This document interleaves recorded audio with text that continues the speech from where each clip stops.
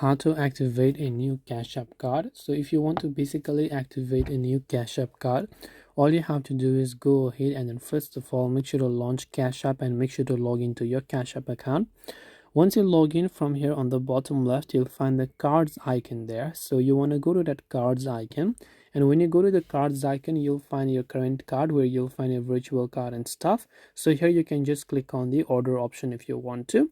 So once you've done that, here you'll find an option that is activate cash card. So if you've already received your card, you'll find there. Here you can click on activate cash card, and from there you'll be able to enter your card number and then activate your Cash App card. This way you can activate a new Cash App card. I hope that this video helped you. If you have got any questions, feel free to leave them down below. Thank you very much for watching till the end of this tutorial, and as always, see you soon in our next video.